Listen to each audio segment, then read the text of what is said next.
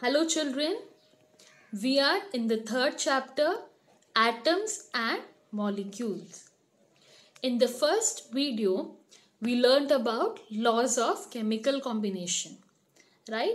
We learned that Maharishi Kannad was the first Indian philosopher to propose that matter is made up of small particles called Parmanu.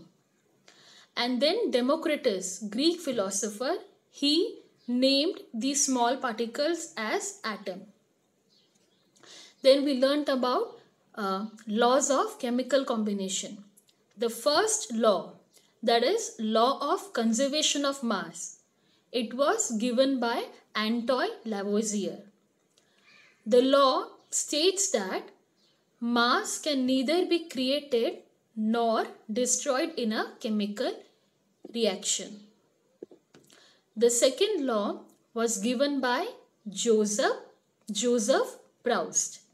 Okay, that is law of constant proportion. Now this law states that in a chemical compound, elements are always present in fixed proportion by mass. Example, water. So in water, hydrogen and oxygen, they are present in the ratio 1:8. Now in this video, we will learn about atoms and molecules. So before starting with atoms, let us know something about Dalton's atomic theory and who Dalton was. Now after giving the laws of chemical combination, the next problem faced by this scientist was to give appropriate explanation of these laws. Then a British chemist named John Dalton, he provided his theory about basic nature of matter. So for his theory, he picked the idea of divisibility of matter. He also took the name atom given by Democritus. And Dalton said that matter is made up of small particles called atom.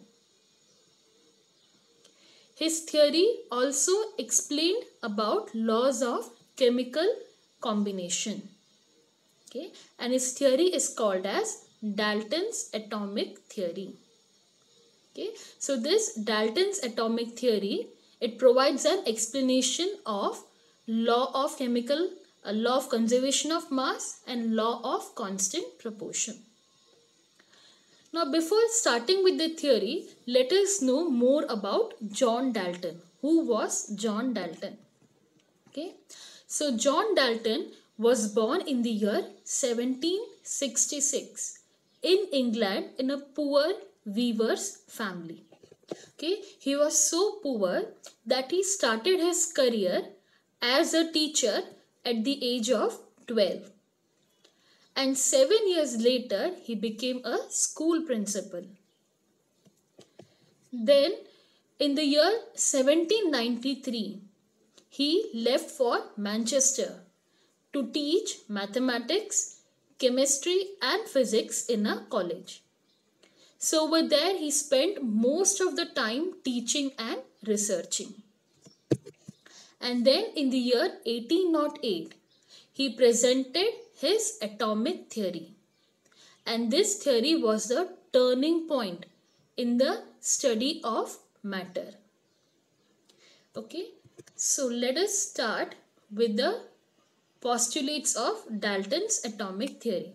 Postulates means assumptions. So the first postulate, all matter is made up of very tiny particles called atom. So Dalton said that all matter, whether it is mixture, element or compound, everything is made up of small particles called atom.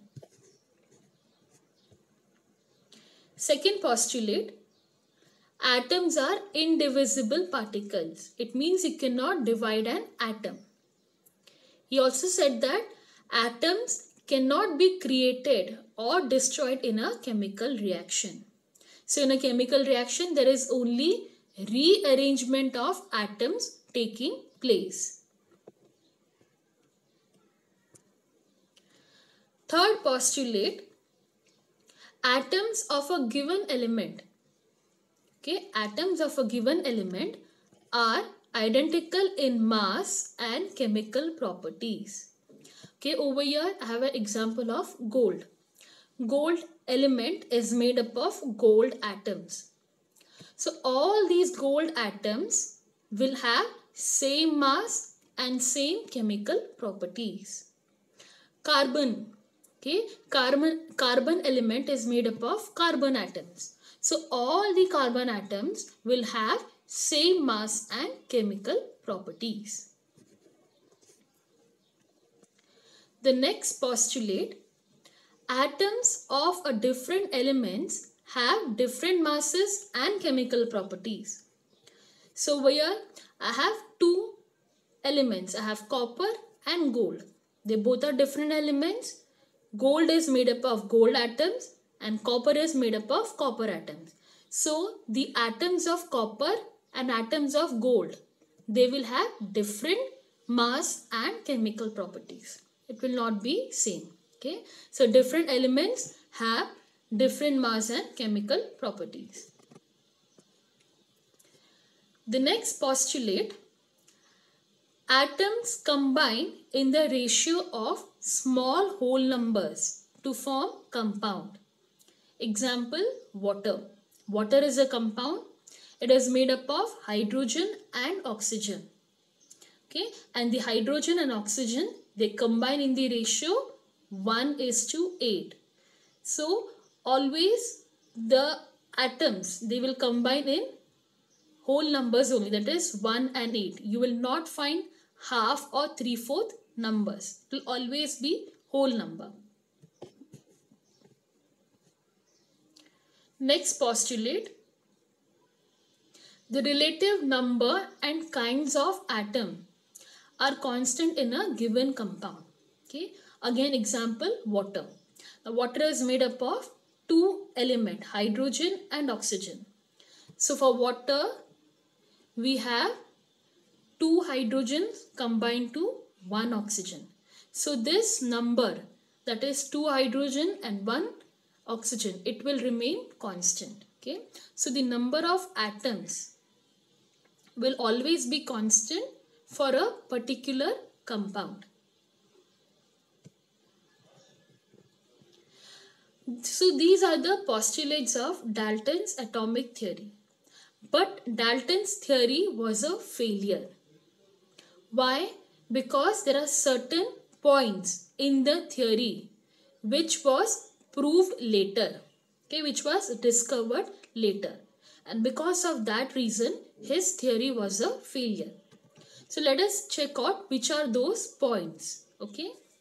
That is drawbacks of Dalton's atomic theory. The first drawback is atoms are indivisible. Dalton said that atoms are indivisible. But later it was proved that atoms are not indivisible. They are divisible. Atoms are still made of smaller particles, that is electrons, protons and neutrons. So the first point, atoms are divisible. It is atoms are themselves made up of 3 smaller particles, electrons, protons and neutrons, which you will study in the 4th chapter in detail about electrons, protons and neutrons. The second drawback, atoms of same element are identical in masses. So Dalton said that atoms of same element, they have same masses. But even that was proved wrong, because we have chlorine element. Chlorine element has 2 masses. One is chlorine 35, another is chlorine 37. They are called as isotopes. And these isotopes you will learn more in detail in the 4th chapter.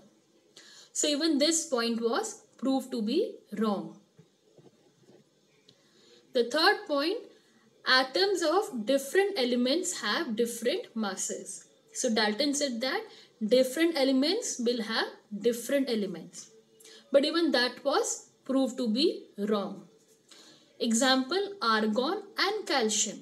Argon and calcium, they both are different elements, but they have same mass, that is 40 units. Okay, so these are all, because of these points, Dalton's atomic theory was a failure.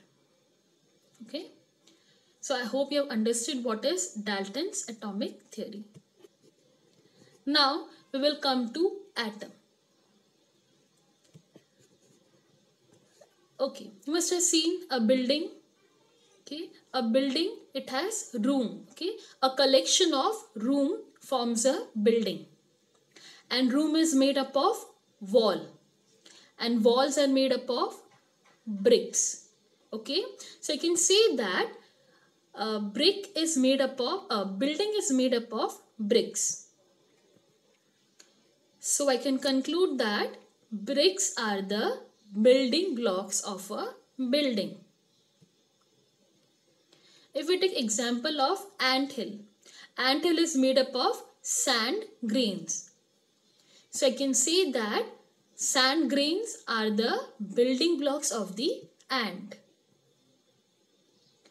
Matter, matter is made up of small particles called atom. Okay, so I can say that atoms are the building blocks of matter. Okay, let us find out how small are these atoms, or how big are these atoms. Now atoms are very small. Atoms are very small. They are smaller than anything we can imagine or compare with.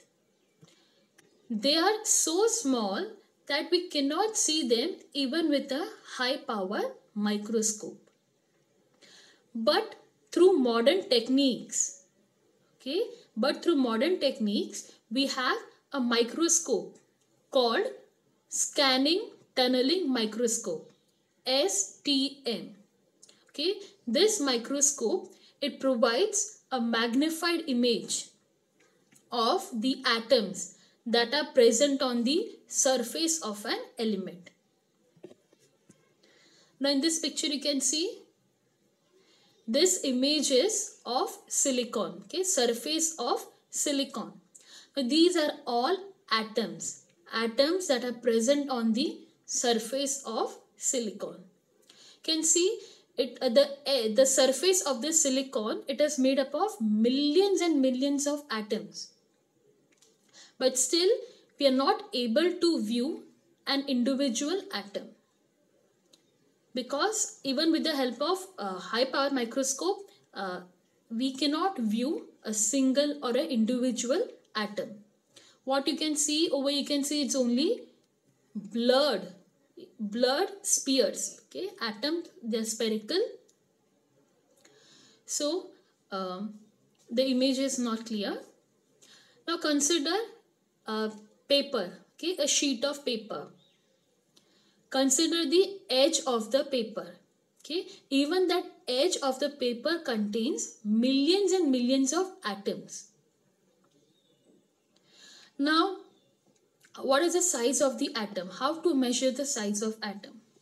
Okay, the size of atom is indicated by its radius, because it's spherical.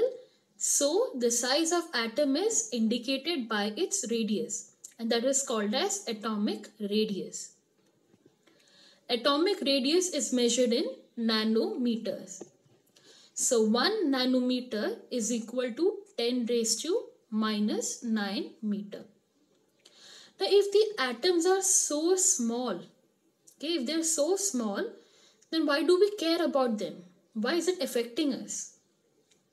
Because the entire world is made up of atoms. That is the reason we are so concerned about atoms. Now we have seen the size of atoms. They are so small. Now do these small atoms have mass? So the answer is yes, atoms do have mass. And this mass we will study in the next video. I hope children you have understood Dalton's atomic theory and introduction of atom.